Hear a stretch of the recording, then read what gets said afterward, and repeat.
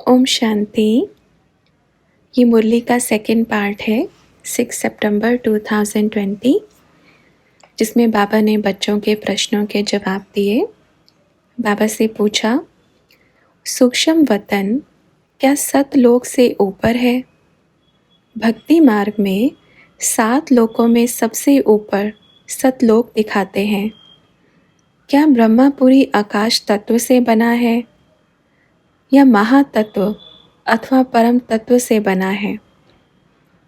तो बाबा ने कहा सतलोक, जो कि परम धाम है, जो कि सूक्ष्म वतन से भी परे ते परा धाम है, उसको कहते हैं सतलोक। वहाँ झूठ की रत्ती भी नहीं। रत्ती का अर्थ इस संसार में तो जो प्रकृति से बना है, आजकल के समय तो बड़ा झूठ ही झूठ है, लेकिन सतलोक, जहाँ सत्य बोलने वाला मालिक रहता हो, वो है सतलोक। आगे क्या लिखा है? भक्ति मार्ग में 7 लोकों में सबसे ऊपर सतलोक दिखाते हैं। अच्छा, भक्ति मार्ग में 7 लोकों का गायन है। लोक क्या होते हैं? सबसे बड़ी बात बच्चे, 7 का ही क्यों आंकड़ा है? हमारी 7 शक्तियाँ हैं, गुण हैं, प्रेम है। ये सब क्या है? जब एक आत्मा एक गुण में लवलीन हो जाती है तो क्या कहती है? वाह, मैं सुख के लोक में आ गई हूँ। फिर वही आत्मा फिर शांत स्वरूप हो जाती है तो वो क्या कहती है? मैं शांति के लोक में आ गई हूँ। फिर वो पवित्रता में आ जाती है तो वो क्या कहती है? मैं पवित्र लोक में आ गई हूँ। ये क्या है? ये है 7 लोक। लेकिन भक्ति मार्ग में उनको ऐसे दिखा दिया। अब आत्मा जब शांति की दुनिया में जाएगी, उनको जब वो अनुभूति होगी तो क्या कहेगी? मैं शांति के लोक में हूँ। जब सुख की अनुभूति होगी, सच्चे सुख की, तो क्या कहेगी? मैं सुख के लोक में आ गई हूँ। पवित्रता की, ज्ञान, गुण, शक्तियों की बारिश हो रही है और उन सबको बनाने वाला है सतलोक। सतलोक का अर्थ जहाँ सच्चा परमात्मा रहता है। उन 7 लोकों को, मतलब 7 गुणों को रचने वाला कौन है? शिव बाबा। क्योंकि भक्ति मार्ग में इतनी बारीक चीज़ समझ में आएगी नहीं, तो उन्होंने अपनी बुद्धि अनुसार लिख दिया। समझ में आया? अच्छा, फिर क्या कहते हैं? ये 5 तत्व से बना है सतलोक, जिसको हम ब्रह्म तत्व कहते हैं। देखो, सूक्ष्म वतन कौन से तत्वों से बना है, ऐसा पूछ रहे हैं। सबसे पहली बात तो तत्व ही नहीं है। तत्व कहाँ गिना जाता है? इस सृष्टि पे।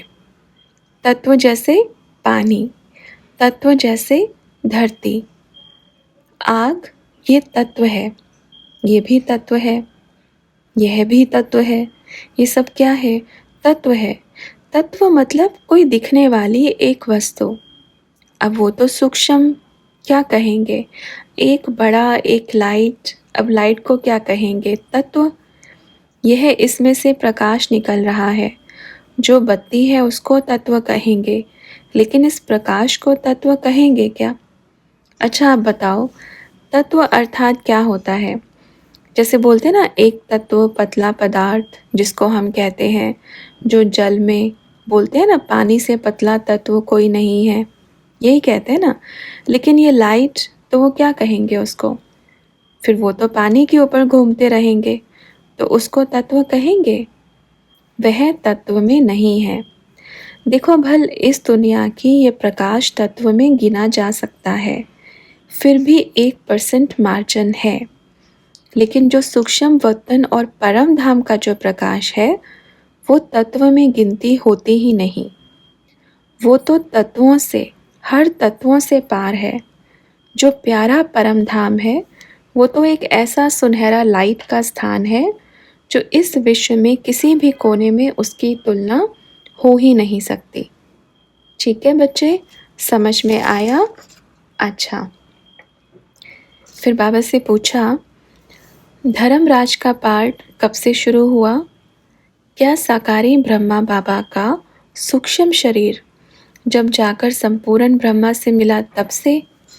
तो ब्रह्मा बाबा ने बताया, देखो बच्चे, इस संगम युग पे 100 साल के संगम युग पे धर्मराज का पार्ट 2 प्ले करते हैं। जैसे जब परम धाम से बाप आते हैं, जब सूक्ष्म के ब्रह्मा को लेते हैं तब भी धर्मराज ही कहेगा, और जब वहाँ का पार्ट पूरा होता है, जब नीचे से अपन का पार्ट पूरा हो करके ऊपर जाते हैं, उसको तब भी धर्मराज ही कहेंगे। 100 साल का युग। अब आप बतावें, धर्मराज की सज़ा सबसे पहले किसको मिलती है? जिन बच्चों को ज्ञान मार्ग में कहेंगे, ज्ञान मार्ग में धर्मराज, जिसको भक्ति मार्ग वाले क्या कहते हैं? यमराज। क्या कहते हैं? यमराज। यमराज को हमेशा दिखाते हैं बैल पे बैठ के आया। तो यमराज एक महाकाल का दूसरा रूप है। धर्मराज और यमराज दोनों अलग है। अलग का अर्थ है कि जो यमराज हमेशा देखते हैं कि बैल पे बैठकर आया, तो वो महाकाल का ही रूप है। धर्मराज को कभी बैल पे बैठा नहीं दिखाया, वो बड़े से सिंहासन पर बैठा हुआ दिखाया। तो दोनों अलग अलग है। ठीक है बच्चों, यमराज और धर्मराज दोनों अलग अलग हैं। तो किसी ने कहा, बाबा यमराज जो दिखते हैं वो द्वापर युग से दिखाई देते हैं, लेकिन धर्मराज का पार्ट अभी से है। बाबा ने कहा, नहीं, बहुत मात्रा में काम द्वापर में तो बिल्कुल नहीं कहेंगे, कलयुग में भी नहीं कहेंगे। कलयुग अंतिम समय में ही यमराज एकदम, जैसे लड़ाई झगड़ा मारा मारी जब युद्ध की शुरुआत हुई, तब से यमराज का पार्ट दिखाते हैं। धर्मराज का तो अभी का शुरू हुआ है। तो जब नीचे से ऊपर जाते हैं तो धर्मराज, यमराज तो पहले से है भाई। यमराज तो तब से ही है जब से दुख शुरू होता है। आता है अपने बैल को लेकर, ले जाता है सबको कहाँ कहाँ लटका के, है ना। तो ये है यमराज और धर्मराज। फिर बच्चों ने पूछा, बाबा गाय में कहते थे कि उसमें 33 करोड़ देवी देवताओं का वास होता है। तो ब्रह्मा बाबा ने कहा, वह इसलिए कहते हैं बच्चों कि सतयुग से सबसे अच्छा जीव पशुओं में एक ही है, गाय, क्योंकि वह देवताओं के समय से चली आ रही है, उसका अब तक भी है, इसलिए उसको भी 33 करोड़ देवी देवताओं में गिनती किया गया है। इसलिए कहते हैं गाय में 33 करोड़ देवी देवताओं का वास होता है ना, क्योंकि वो शुरू से ही है, क्योंकि वहाँ पर अच्छा प्यार से उनको रखते थे। अच्छा, तो किसी ने कहा वहाँ पर भी गाय का दूध पीते थे? तो बाबा ने कहा, हाँ बिल्कुल, गाय का दूध। कहते हैं खैर दूध तो बहुत कम, क्योंकि उनके बच्चे ही दूध पीते थे, वह तो एक बड़ी डेकोरेशन। लेकिन सबसे एक क्या कहेंगे, शाकाहारी, आज भी वही है। इसलिए उसको आज तक भी क्या होती है, पूजा होती है। भल शेर बकरी फिर भी मांसाहारी बन गए हैं, लेकिन अभी तक देखो कलयुग इतना आ गया है, अभी वो भी धीरे धीरे, कहते ना इतना घोर कलयुग आएगा कि गाय भी कचरा खाएगी, खा रही है। ये घोर कलयुग की निशानी है, अंतिम कलयुग की निशानी है। इसलिए शुरू से ही गाय को कहते हैं देवी देवताओं का वास होता है। सबसे शुद्ध शाकाहारी मानसिक रूप से, सबसे क्या कहेंगे, दयालु भी, अहिंसक भी, अनहिंसक भी कहेंगे, साथ में ही गिनती किया गया है। तो किसी ने कहा लेकिन अभी जो गाय का जो दूध होता है वो बहुत पतला होता है, तो सभी लोग भैंस का पीने लग गए। तो ब्रह्मा बाबा ने कहा तो भैंस बुद्धि भी हो गई, पी पी के भैंस बुद्धि हो गए, गाय का पीना चाहिए। ठीक है, दूध पिए भल पिए पर गाय का। अपन के ज़माने में तो कोई भैंस नहीं होती थी, तो भैंस का दूध कोई पीता नहीं था। भल पतला है पर बुद्धि को भी तो महीन करता है, और भैंस का मोटा है तो बुद्धि को भी मोटा करता है। तो क्या कहेंगे? ठीक है, समझ गए हैं? ठीक है बच्चों। अच्छा, आगे क्या लिखा है? तो किसी ने कहा, क्या अंत में सूक्ष्म वतन में अपने किए कर्मों की सज़ा मिलती है? क्योंकि जब सभी का पार्ट ड्रामा में फिक्स है, तो सज़ा का और पुरुषार्थ का क्या मतलब रह जाता है? तो बाबा ने कहा, वाह वाह, बच्चे ने पूछा है, बड़ा अच्छा पूछा है। ये सबसे बड़ी बात क्या कहेंगे कि ड्रामा फिक्स है? कभी कभी तो ऐसा लगता है कि ज्ञान ही उल्टा है, कि बच्चों को ये ज्ञान देकर ही बड़ी गड़बड़ कर दी कि ड्रामा में सबका पार्ट फिक्स है। इसलिए कई बार बच्चे उल्टे लटके जाते हैं। भोजन आया है, खाने के बजाय कहते हैं मुंह में आ जाएगा, ड्रामा में होगा तो खा लेंगे। कभी कभी तो ऐसा लगता है कि ज्ञान देकर ही। बाबा ने कहा, फिक्स। फिक्स का अर्थ क्या होता है? बच्चों को समझने में बड़ी भूल हो गई है। फिक्स किसका कहेंगे? ड्रामा फिक्स है। बच्चे बार बार यही बाप को एक सवाल उठाते हैं और बार बार बाप ये जवाब देते हैं। बच्चे संगम युग पर बाप हर एक की बुद्धि का ताला खोल देता है। फिक्स कब बचता है? जब आपने शूटिंग कर ली, उसके बाद फिक्स हो गया, मतलब लॉक लग गया। और सतयुग से द्वापर कलयुग तक फिक्स ही बजेगा, कोई चेंज नहीं होगा। लेकिन चेंज का पार्ट, लॉक खुलता है संगम युग पर। और बच्चों ने ज्ञान को उल्टा लटका दिया है, उल्टा समझ लिया है कि फिक्स है तो जो मर्जी करें। ड्रामा में होगा तो मिलेगा, ड्रामा में नहीं होगा तो नहीं मिलेगा। तो क्या कहेंगे? अपने पैर पे कुल्हाड़ी मारना। इस ड्रामा में साइंस हर तरह की तरक्की कर रही है। किसी ने फिक्स भी किया होगा ना, कोई महल उसको भी खोल के निकाल रही है। इस ड्रामा में हर एक राज खुलता जा रहा है, खुलता जा रहा है। क्या फिक्स है बतावें? अगर देख करके, अगर साइंस वाले कहे एक महल है, बंगला है, बड़ा पुराना है, इसमें जाने से भूत प्रेत आएंगे, या फिर हम इसको खोलेंगे नहीं, ये फिर बंद ही रहेगा। नहीं खोलेंगे तो फिक्स है, खोल दिया तो बड़े राजा हैं। अब चाबी जब हाथ में दे दी है, ताला खोले नहीं खोले, किसकी मर्जी? अपनी मर्जी। तो बाप ने जब बुद्धि का ताला खोलने की चाबी दे दी है, तो बच्चे क्या कर रहे हैं? ड्रामा में होगा तो मेरे हाथ में आ जाएगा, ताले में चाबी लगेगी तो ताला खुलेगा, तो मैं अंदर आऊँगा। बाबा ने कहा, ये तो बड़ी मूर्खता है। फिक्स कब बनता है? जब आपने ही संकल्प कर लिया कि मुझे ताला ही नहीं खोलना, तो लगा दिया साइन कि फिक्स है। अगर आप पेपर हॉल में बैठे हो, आपके सामने ऐसा पेपर आ गया जो एक भी सवाल का जवाब आपकी बुद्धि में नहीं है, पर आपने पढ़ा है, तो उस समय आप क्या करेंगे? उल्टा पुल्टा कुछ भी लिख कर आएंगे, या बैठ करके अपनी बुद्धि को थोड़ा शांत करके याद करेंगे कि इसका सवाल क्या था, इसका सवाल क्या था? या ये सोचेंगे जो नंबर मिलना होगा मिलेगा, जो नहीं मिलना होगा नहीं मिलेगा, जाओ हम नहीं देते पेपर। क्या कहेंगे बताओ? याद करेंगे, बुद्धि को दौड़ाएंगे, एक दो से भी पूछेंगे कि भाई थोड़ा बताओ, है ना, थोड़ा समझाओ। या ये कहेंगे, ये लो जी पेपर हमारा हो गया, आपकी मर्ज़ी है, फेल करना है पास करना है करो। तो टीचर क्या करेगा? फिक्स। क्या करेगा टीचर?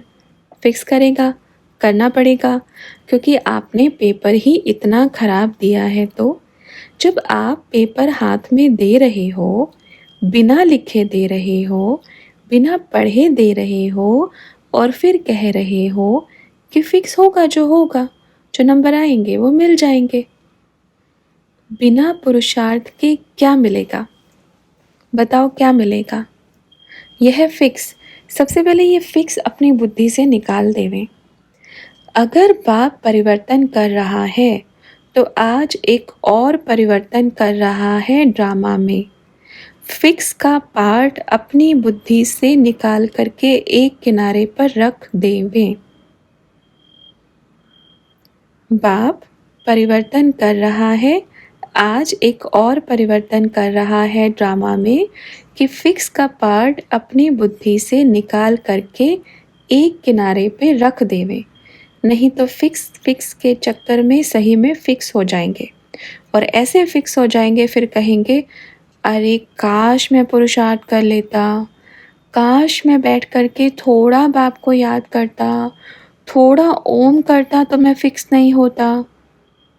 क्योंकि जब आपने पेपर बाप को दे दिया है, आपको जो नंबर देना है दे दो, तो क्या करेगा? फिक्स करेगा ना। फिर क्या करेगा? कोशिश ही नहीं की, कोशिश ही नहीं की। अब एक बच्चा पढ़ाई पढ़ता है, वो पढ़ाई पढ़ के अगली क्लास में जाता है। जो अगली क्लास में पढ़ता है वो क्या सोचेगा? क्या सोचेगा बताओ? ये सोचेगा कि मैं एक भी पुस्तक नहीं पढ़ूंगा, जो आना होगा वो आएगा। और सोचेगा कि मैं क्या करूंगा, मैं नहीं पढ़ूंगा। नहीं, जो आना होगा वो आएगा। पेपर हॉल में बैठ करके क्या करेगा फिर? क्या करेगा? फिर टीचर के पास पेपर जाएगा तो क्या करेगा टीचर? फिक्स, फेल, फिक्स है। ये है पुरुषार्थ। बिना प्रारब्ध के, बिना पढ़ाई के आप कहाँ भी नौकरी करके दिखावें तो अपन मान जाएंगे कि ड्रामा फिक्स है। फिर अपन ने ही लिख कर देगा फिर कि ड्रामा फिक्स है। बिना पढ़ाई के आप एक भी अक्षर पढ़ के दिखावें, आएगा कोई? फिर बाबा ने कहा हर चीज़ की नॉलेज होती है। क्या आप जब कपड़ा पहनते हो तो उसकी नॉलेज नहीं है, या ऐसे ही घूमते हैं? फिर सिखाया ना, माँ ने सिखाया, इसको ऐसे पहनते हैं, ऐसे पहनते हैं, और आपने सीखा ना, सीखा ना, तो फिर इसको क्या कहेंगे? क्या आपने जब पैदा हुए तो आपने सोचा था कि ड्रामा में होगा तो कपड़े पहने जाएंगे, ड्रामा में नहीं होगा तो नहीं पहने जाएंगे, ऐसे ही घूमेंगे? फिर जब बाप सिखा रहे हैं, जब बाप बता रहे हैं कि बच्चे मुझे याद करने से जन्म जन्म के पाप कर्म विनाश होंगे, जब बाप सिखा रहे हैं कि बच्चे ओम करने से बड़े अच्छे बाप की याद ठहरेगी, बड़ी साइलेंस की शक्ति मिलेगी और भविष्य में प्रारब्ध अच्छी मिलेगी, सिखा रहे हैं ना, तो ऐसे कहेंगे कि जो ड्रामा में होगा। संगम युग पेपर का मान लो अगर ऐसे फिक्स होता, आज हर एक को मार्जिन दिया जाता है, 8 रतन वालों को भी, 108 को भी, 16,000 को भी, करोड़ को भी, सबको। संगम युग पे हर एक के लिए दरवाज़ा खोल दिया जाता है, हर एक के लिए। कई तो सोचते हैं जब ब्रह्मा बाबा ही जा कर के श्री कृष्ण बनेगा तो हम क्यों पुरुषार्थ करें, जब हम राजा ही नहीं बनेंगे। ऐसे भी मूर्ख बच्चे हैं, ऐसे भी बुद्धू बच्चे हैं। तो बाप ये कह रहे हैं कि बच्चे आप इतना भी मेरे से भी आगे पुरुषार्थ करो, करो और बनो, बनो श्री कृष्ण। अपन आपके वज़ीर बनेंगे या फिर अपन आपके छोटे वाले राजा बनेंगे, आप करो ना। बाप ऐसा है कि ड्रामा को परिवर्तन कर देगा। बच्चों के पुरुषार्थ में फिक्स नहीं, फिक्स तब होता है जब आप अपना पेपर उठा करके दे देते हो, ये लो हम नहीं लिखते, जो आपको देना है दे देना, जो आपको नहीं देना है नहीं देना। तो बाप क्या करेगा? फिक्स है, क्या करेगा बाप? तो फिक्स है। कर्मों का ज्ञान हर एक आत्मा को दिया जाता है, हर एक आत्मा को, ब्राह्मणों को बहुत ज़्यादा, इसलिए ब्राह्मणों की चोटी बड़ी गायन हुई है। जिसने समझा वो ब्राह्मण, जिसने नहीं समझा वो क्षत्रिय शूद्र। क्या कहेंगे? कोई कोई तो ब्राह्मण बन के भी शूद्रों वाले काम करते हैं। ब्राह्मण अर्थात क्या? मुख वंशावली, ब्रह्मा मुख वंशावली ब्राह्मण बन के भी। तो क्या कहेंगे? ठीक है, आपने अपने ड्रामा को अपने आप फिक्स किया है, आपने अपने ड्रामा को अपने आप तय किया है। बाप ने कभी तय नहीं किया। ना बाप कर्म का फल, ये नहीं है कि बाप पाप पुण्य का फल देता है, नहीं, बाप सिर्फ न्याय करता है। जो बच्चों ने अच्छा पेपर लिखा अपनी बुद्धि चला करके, तो बाप क्या कहेगा? बच्चे पास होना फिक्स है। जो अपनी बुद्धि से उल्टे पुल्टे किए तो फेल होना फिक्स है। और ये ड्रामा है कि आपका पार्ट फिक्स है। ये नहीं कहा कि जन्म जन्मांतर आप यही करोगे, जन्म जन्मांतर आपका यही पार्ट होगा, ये नहीं है। जन्म जन्मांतर का अर्थ क्या है? जन्म जन्मांतर का यहीं पे ही एक बनता है। संगम युग में जो कि बाप ने चांस दिया है, जन्म जन्मांतर का अर्थ 84 जन्मों में आप इस समय जो करोगे तभी जन्म जन्मांतर में वो मिलेगा। मतलब जो 83 जन्मों में जन्म जन्मांतर, 83 जन्मों में आपको वो मिलेगा जो आपने संगम युग के वर्ष में पुरुषार्थ किया, इसलिए जन्म जन्मांतर मिलेगा। ये बाप ने कहा। संगम युग पर खुलता ही खुलता है, हर एक आत्मा का पाठ खुलता है। और अभी भी बाप कहेंगे थोड़ा समय बाकी है। बाप कहेंगे 1 वर्ष में क्या, 1 मास में, 2 मास में भी बच्चा ऐसा पुरुषार्थ कर सकता है, ऐसा पुरुषार्थ कर सकता है, बहुत ऊंची प्रारब्ध पा सकता है, उतना पुरुषार्थ बच्चा कर सकता है। ठीक है। फिर बच्चों ने बाबा से अगला प्रश्न किया, एक ग्रुप है, ये भी कहता है कि अनेक शिव हैं। जैसे ब्रह्मांड का मालिक एक शिव है, गैलेक्सी का मालिक महाशिव है, यूनिवर्स का मालिक परम महाशिव है, और मल्टी यूनिवर्स का मालिक परम परम परम परम महाशिव है, और बेहद के ब्रह्मांड का मालिक बेहद के महाशिव परम धाम में है। इसमें कितनी सच्चाई है? तो ब्रह्मा बाबा ने कहा, अरे वाह, अच्छा, बहुत सारे शिव बाबा बना दिए। अब बाप उन सभी बच्चों से ये पूछते हैं जो ये कहते हैं कि वो भी शिव, वो भी शिव, उधर भी शिव, उधर भी शिव है। ये जो शिव का ज्ञान लिया है, ये लिया कहाँ से है? दुनिया वाले तो नहीं कहते वो शिव है, वो शिव है, वो शिव है। वो शिव एक को ही मानते हैं। आप अभी दुनिया वालों में जाएं, वो जहाँ शिवलिंग देखा, ओम नमः शिवाय, ओम नमः शिवाय, ओम नमः शिवाय, चाहे पत्थर रखा हो, ओम नमः शिवाय, किसी भी मंदिर में ओम नमः शिवाय। उनकी बुद्धि में एक ही शिवाय बसता है, एक ही बसता है दुनिया वालों की बुद्धि में। अब जिसने भी इन्होंने ये लिखा है, जिन्होंने भी, जितनी भी पार्टियों ने लिखा है, वो पार्टी निकली कहाँ से? कहाँ से निकली है? उसने पहले तो नहीं कहा कि फलाने शिव, ढिकाने शिव, इतने परम शिव। जब अज्ञान काल में थे तब तो नहीं कहा, तब तो एक शिव है, एक शिव है, ओम नमः शिवाय। और जब ज्ञान मिल गया तो इतने सारे शिव बना दिए। ज्ञान मिलने के बाद ज्ञान भी किससे लिया? शिव से। और ले करके फिर अपने आप को शिव बना करके अनेक शिव बना दिए, अनेक शिव की रचना कर दी।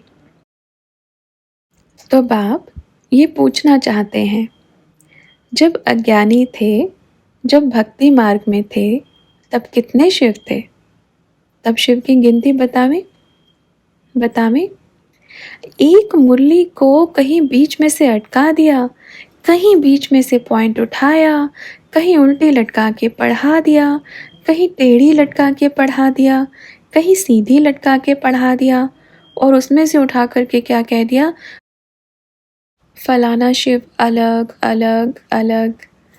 बच्चों, बाप यह कहते हैं कि अनेक धर्म की आत्मा भी नहीं मानती, वह भी अपने एक को ही मानती है। और आप कहाँ कौन सी यात्रा पर जा रहे हो जो इतने सारे शिव की गणना कर दी है? अच्छा चलो ठीक है। बाप फिर जवाब देते हैं, उनको बोलो, ये जितने शिव बनाए हैं ये तो कम है, तो कम है ना, उसके तो नाम बड़े हैं। आपने तो आधे से आधे, आधे से आधे 1% भी नहीं निकाले, पूरे निकालो, फिर पूरे निकालो, असंख्य। आज के दिन में तो भक्ति मार्ग वालों ने भी भोलानाथ, सोमनाथ, बद्रीनाथ, केदारनाथ, फलाना नाथ सब कर दिए। आपसे तो आगे भक्ति मार्ग वाले हैं, कितने सारे शिव के नाम रखे हैं, आपने तो बहुत कम रखे हैं। तो इतने कम क्यों रखे, और ज़्यादा रखने थे। ये तो 1 मिनट में ख़त्म हो गए, इतनी जल्दी ख़त्म हो गए। तो ब्रह्मा बाबा ने कहा, बहुत कम रखे हैं भाई, बहुत कम रखे हैं, इतने सारे क्यों नहीं रखे, थोड़े और ज़्यादा रखना था। अच्छा चलो, फिर बताते हैं बच्चों, वहाँ का शिव अलग, वहाँ का शिव अलग कहते हैं। कभी कहाँ वहाँ का शंकर अलग, वहाँ का शंकर अलग। आप सोचो, आज की दुनिया में अगर भक्ति मार्ग वाले सभी अलग अलग पार्टियों वाले भी इकट्ठे हो जावें और उनके सामने एक शंकर की मूर्ति रखेंगे तो क्या कहेंगे? हर हर महादेव। और सबके मन में एक ही नारा आएगा, हर हर महादेव, एक ही बैठेगा बुद्धि में। और वहीं ये बच्चे हैं, इसलिए क्या कहते हैं, बच्चे बाप के भी बाप बन के बैठ गए। इतने सारे नाम, वहाँ का शिव अलग।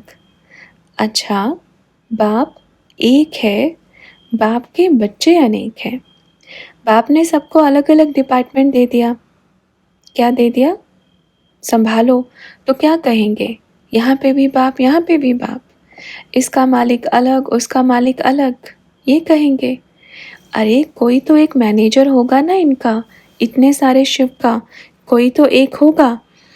अब बतावे, इतने सारे बना दिए इधर, तो इनका कोई तो एक होगा बनाने वाला, हेड तो होगा ही ना। तो पूछो वो कहाँ है, हेड कहाँ है, कहाँ गया?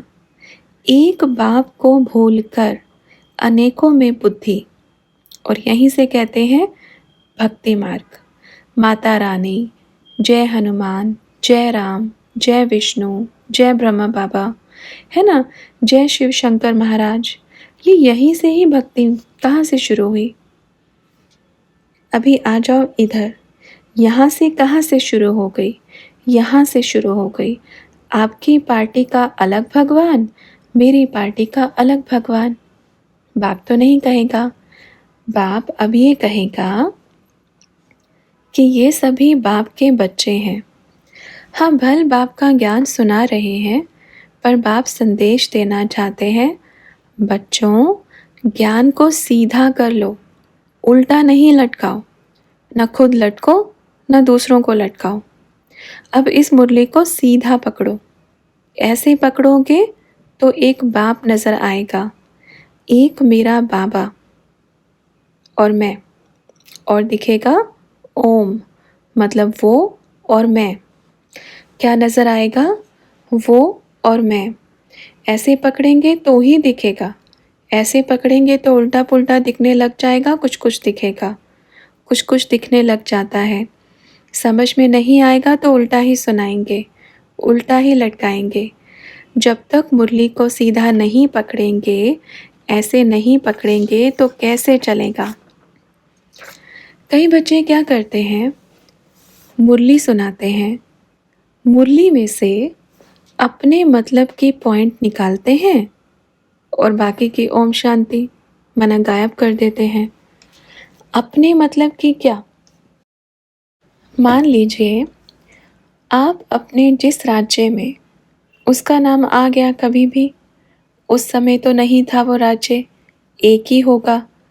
निकाल करके उस मुरली में ही अपने आप को डाल करके वो अपनी वाली मुरली बना करके सबको सुना देते हैं। बाप तो कहाँ गया, गायब कर लिया ना, तो फिर वो कैसे सीधी मुरली सुनाएंगे। बाबा ने कहा अगर हिम्मत है तो सीधी पूरी मुरली पढ़ करके सुनावे, है ना। एक लाइन निकाल दी, वही छाप दी और वही बन गई उनकी मुरली। बाप जो कहता है आज तो छोड़ो, कहीं पे रोज़ की मुरली में भी अपनी बुद्धि अनुसार पॉइंट डालते हैं। अब रोज़ रोज़ क्या दान दो, कहाँ कहाँ कब कहाँ बाबा ने दान दो बतावें। सफल करो कब कहा, भल एक दो बारी कहा, पर आजकल तो रोज़ सफल करो। क्या सफल करो, जो अपनी बुद्धि से जो टच होगा करेंगे। अब एक बात को बार बार बार बार बार बार कर रहे हैं, ये क्या मतलब है बताओ, क्या मतलब है। फिर तो यही कहेंगे ना कि बाप को बीच में डाल के अपना काम करा रहे हैं। ये बहुत गलत कर रहे हैं, ठीक है। क्योंकि गलत रास्ता जिसने दिखाया वही उसका जिम्मेवार बनेगा। क्योंकि बाप ने दिखाया तो सही रास्ता दिखाया, बाप ने कोई गलत रास्ता नहीं दिखाया। ठीक है बच्चों, अब पूरा हो गया ना, कुछ और पूछना है। देखो बच्चे, अपन जब उस समय थे, साकार में थे, बहुत बच्चे ऐसे सोचते थे तब परवाह नहीं की तो अब क्या करेंगे। तब बाप ने परवाह नहीं की, फिर भी इतने वर्ष निकल गए, आ गए ना अंतिम क्षण में, अंतिम घड़ी में, उन्हीं बच्चों के साथ में, वही बाबा साथ में, तो अब क्या परवाह करेंगे, क्या करेंगे। भले ही गाली देवे, क्योंकि अब अगर उनको कहें कि कहते हैं कि हमारा बाबा, हमारा बाबा, अरे चलो आप मधुबन वाले बाप को मानते हो, तो कब कहा, मधुबन वाले ने कब सिखाया कि दूसरों को गाली दो। तो कहाँ कहाँ के बुद्धू बने फिर रहे हैं बताओ। अगर आप उसी बाबा को मान रहे हैं जो मधुबन वाला है, मानते हैं कि वो हमारा बाबा नहीं है, पर क्या हमारे बाबा ने किसी को गलानी करना सिखाया, कभी किसी को गाली देना सिखाया। आप मत मानो कि उधर बाबा नहीं आ रहे, पर क्या गलत बोलना सिखाया। कोई भी पुस्तक उठा लो, कोई भी उठाओ, किसी भी पुस्तक में लिखा है कि जो कोई दूसरी या फिर आप नहीं मान रहे हैं तो उसको गाली दो। तो फिर कौन सा ज्ञान सुना है। आपने तो उस बाप का भी नहीं माना जिसको आप मान रही हो। कहते हैं हम तो बाप को मानते हैं, अरे बाप की कितनी मानते हैं। बाप को मानते हैं पर बाप की नहीं मानते हैं, तो बाप क्या करेंगे ऐसे बच्चों का, भल नहीं आवे। बाप आज कहते हैं कि बाप किसी भी बच्चे के साथ कभी ज़बरदस्ती नहीं करते कि आप आओ मिलो। हाँ, पर संदेश ज़रूर जाएगा कि बाप आया है, बाप का पार्ट ऐसा चल रहा है। नहीं मानना मानना बच्चों का दिल है, छूट है, और तभी कहेंगे ड्रामा फिक्स है। अब बाप कह रहे हैं बच्चे बाप आ गया, कहते हम नहीं मानते, तो ठीक है आपका ड्रामा फिक्स है। किसने फिक्स किया, बाप ने नहीं किया, उन्होंने स्वयं अपने ड्रामा को फिक्स किया। इसमें बाप क्या करेगा, बाप थोड़ी जाकर के पैर पकड़ेगा, आओ आओ जल्दी आओ जल्दी आओ। बाप ऐसे कभी नहीं करेगा, क्योंकि वर्तमान समय बच्चों को ज़रूरत है बाप की, और बाप आ गया सहारा देने।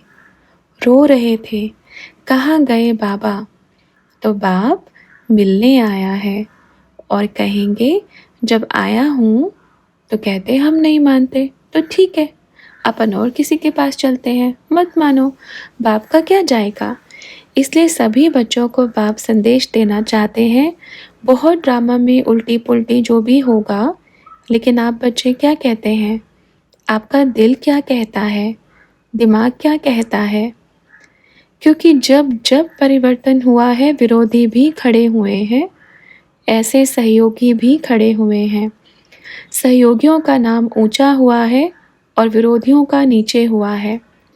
अब उस दौरान में जितने सहयोगी थे, आज सबका नाम बाला है। और विरोधी का कौन कहता है नाम बाला है, बताओ? लेकिन फिर भी समय तो चला ना, आज यहाँ तक पहुँच गए हैं, है ना? ठीक है बच्चों। अच्छा, सभी बच्चों को बाप दादा का मीठा मीठा याद प्यार। अच्छा।